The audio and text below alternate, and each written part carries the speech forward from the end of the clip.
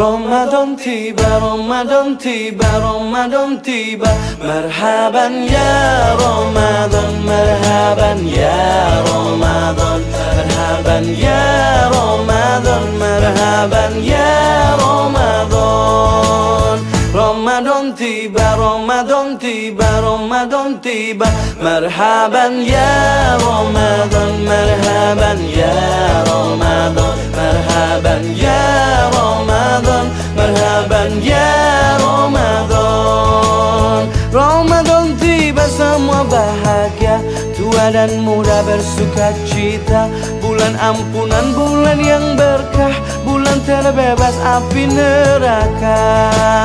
Andaikan saja Ramadan semua, bulan yang tiba, bulan yang ada. Karena besarnya setiap pahala yang dijanjikan kepada kita. Marhaban ya Ramadan, marhaban ya Ramadan, marhaban ya Ramadan, marhaban ya Ramadan. Dalam bersahur ada pahala, dalam berbuka alangkah indah. Menahan diri, menahan lidah, menjaga hati, menjaga mata. Banyakkan amal hari-harinya, pahala datang berlipat ganda. Berlomba-lomba untuk ibadah, dunia bahagia surga nantinya. Ramadan tiba, Ramadan tiba, Ramadan tiba. Ramadan tiba, Ramadan tiba, Ramadan tiba.